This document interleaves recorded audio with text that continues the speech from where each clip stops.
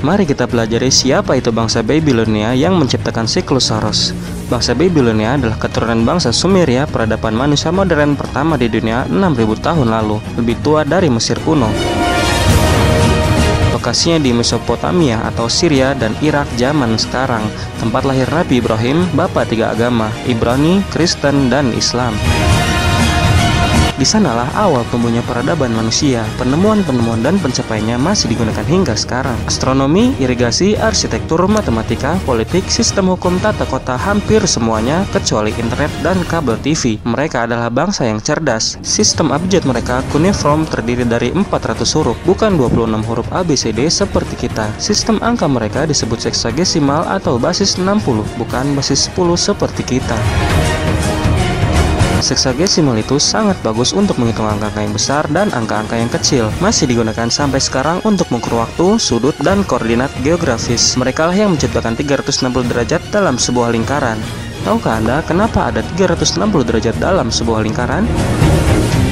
Itu adalah jumlah hari rata-rata matahari dan bulan mengelilingi bumi dalam waktu setahun.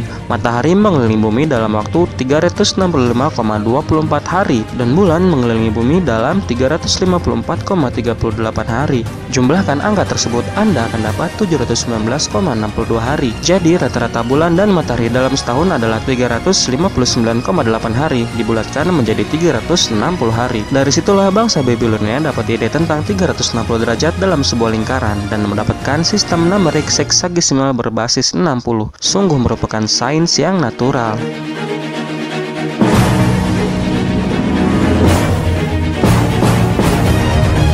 Mereka lah yang menciptakan kalender bulan sainodik, peristiwa astronomikal yang nyata. Tanggal awal dan akhir bulan ditentukan berdasarkan fase bulan. Dari situlah asal kata bulan kalender, itu adalah sains yang natural. Di sisi lain, sistem kalender matahari modern tak ada dasar ilmiahnya. Kalau Anda mau membuat kalender matahari berdasarkan fenomena alam, tahun baru harusnya dimulai kalau tidak musim panas 22 Juni, musim gugur 23 September, musim dingin 22 Desember, atau musim semi 21 Maret. Tapi kalender matahari dimulai tanggal 1 Januari yang tak ada artinya dan berakhir tanggal 31 Desember yang juga tidak ada artinya.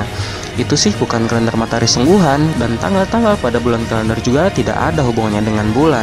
Anda menggunakan kalender matahari yang salah. Tapi bangsa Babilonia juga paham adanya siklus matahari, maka mereka menciptakan apa yang disebut sebagai kalender lunisolar. Itu adalah kalender lunar yang terdiri dari 12 bulan. Jumlah siklus bulan terdekat dengan siklus matahari dalam setahun. Mereka adalah yang menciptakan seminggu terdiri dari 7 hari.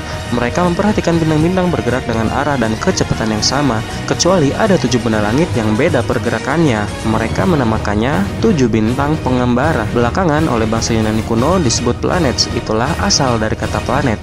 Planet bukanlah bola di mana makhluk dapat hidup di atasnya, seperti yang biasa Anda lihat pada kartun CGI yang dipublikasikan oleh NASA. Planet adalah bintang pengembara, bintang yang punya garis edar dan kecepatan sendiri dalam mengelilingi bumi. 7 bintang pengembara alias 7 planet bumi itu adalah Matahari, Bulan, Mars, Merkurius, Jupiter, Venus, dan Saturnus. Lalu bangsa Babilonia mempersembahkan 7 hari dalam seminggu untuk menghormati 7 bintang pengembara itu. Hari pertama untuk menghormati matahari, dari situlah timbul nama Sunday. Hari kedua untuk menghormati bulan, Monday. Hari ketiga untuk Mars yang oleh bangsa Nordik disebut Tyr, Tuesday. Hari keempat untuk Merkurius, Mercredi dalam bahasa Perancis. Di Jerman dan Belanda disebut dewa Odin atau Woden, Wednesday. Hari kelima untuk Jupiter, Jove. Dalam Nordik adalah dewa Thor, Thursday. Hari ke-6 untuk menghormati Venus, Furnace dalam bahasa Spanyol. Dalam bahasa Nordik adalah Frigg, Friday. Hari ke-7 untuk menghormati Saturnus, Saturday. Itu adalah pengaruh budaya Babilonia, kita masih gunakan itu sampai sekarang.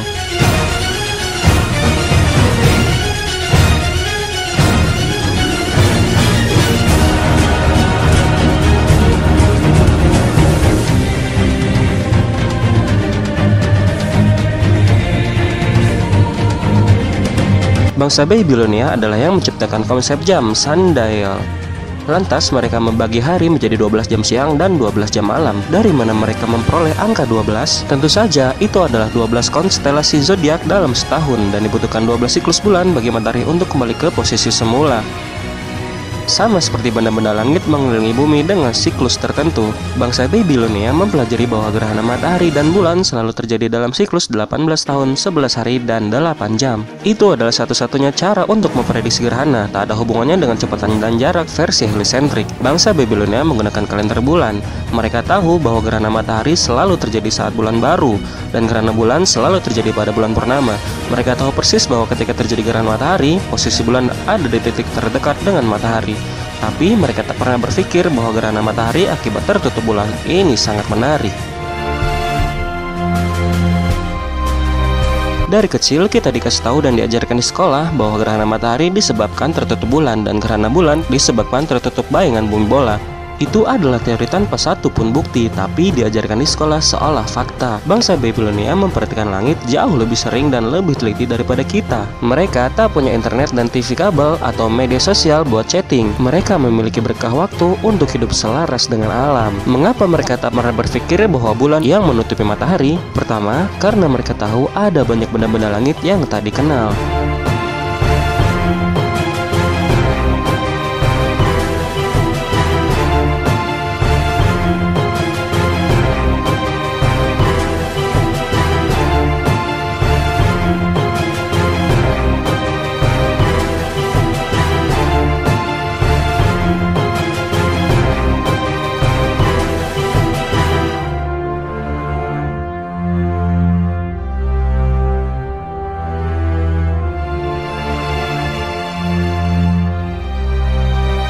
Kedua, karena mereka tahu bahwa bulan ada di belakang matahari. Jika bulan ada di depan matahari, Anda akan melihat bulan tatkala mendekati matahari, bukan?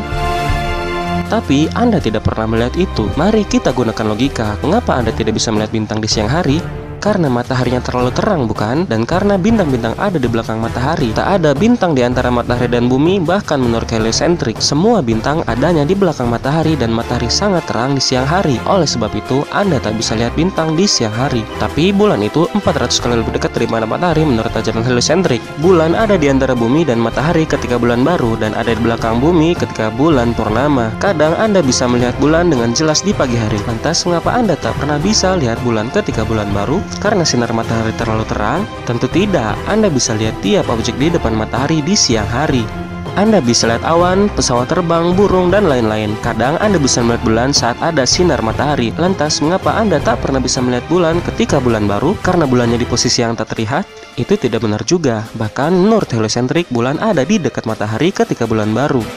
Jadi, mengapa Anda tak pernah melihat bulan ketika bulan baru? Karena bulan ada di belakang matahari ketika bulan baru.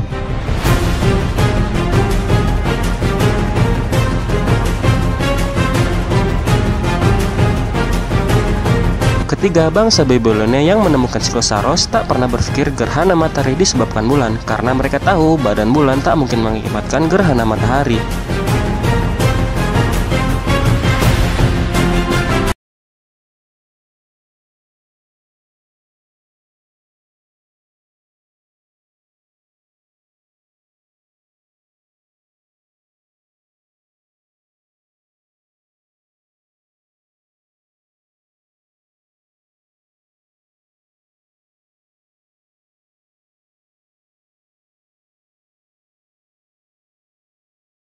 Hanya benda langit yang pekat yang bisa membuat gerhana matahari yang seolah datang entah dari mana, sama seperti gerhana bulan yang disebabkan oleh benda langit yang lain, begitu pula gerhana matahari.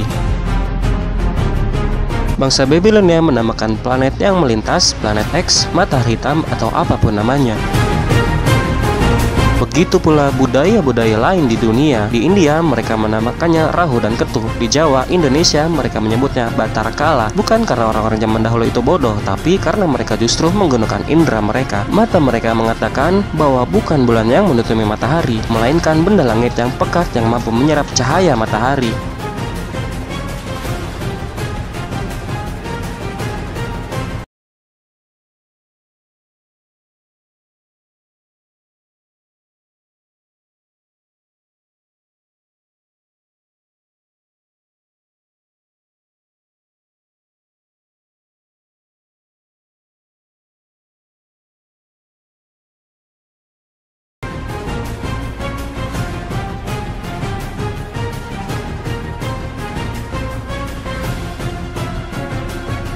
Juga bukan bayangan bumi yang membuat gerhana bulan, itu akibat tertutup benda langit yang sejenis.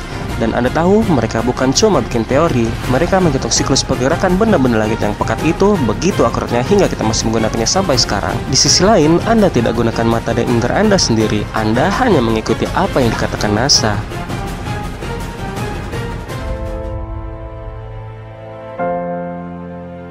Jika kita cuma bicara soal teori, wajar saja jika kita salah. Wajar saja jika kita berbeda pendapat. Tak akan merugikan Anda jika teori bumi datar itu salah. Secara pribadi, tak jadi masalah jika Anda percaya bumi itu kotak atau segitiga. Baru jadi masalah jika di level sosial.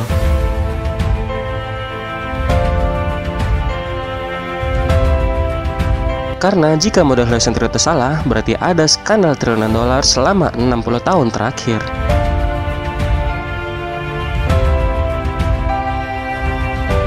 Berarti program angkasa luar dan satelit adalah hoax. Biaya komunikasi kita harusnya tak semahal ini. Hutang negara Anda harusnya tak sebanyak ini. Kebanyakan orang tidak tahu atau tidak mau tahu tentang utang negara mereka. Dunia berutang 68,7 triliun dolar. Tahukah Anda berapa jumlah uang yang beredar di seluruh dunia?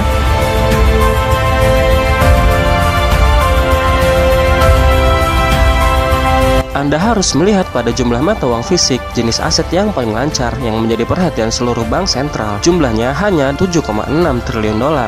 Dunia berutang 68,7 triliun dolar, tapi dunia cuma punya uang 7,6 triliun dolar.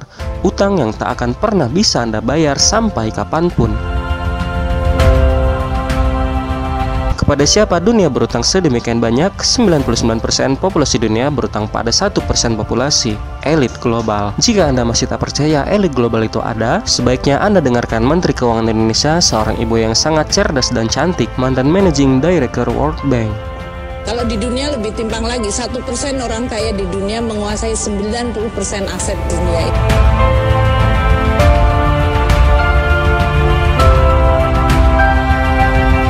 Bagaimana mungkin segelintir orang bisa membuat seluruh dunia utang pada mereka tanpa disadari, karena mereka telah menerapkan sistem yang menguntungkan mereka dengan merugikan umat manusia lain di dunia.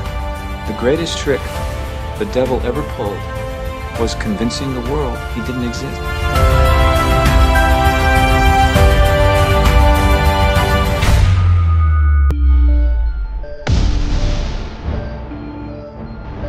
Sahabat, karena durasi sudah melebihi batas, materi ini akan kita lanjutkan di episode selanjutnya ya. Silakan tekan tombol subscribe agar kamu menjadi orang pertama yang menyaksikan pembahasan selanjutnya. Bila video ini berkesan, silakan tekan tombol share dan bagikan info ini kepada teman-teman kalian ya, agar makin banyak teman-teman kita yang sadar akan perang pemikiran yang sedang kita hadapi. Sampai jumpa.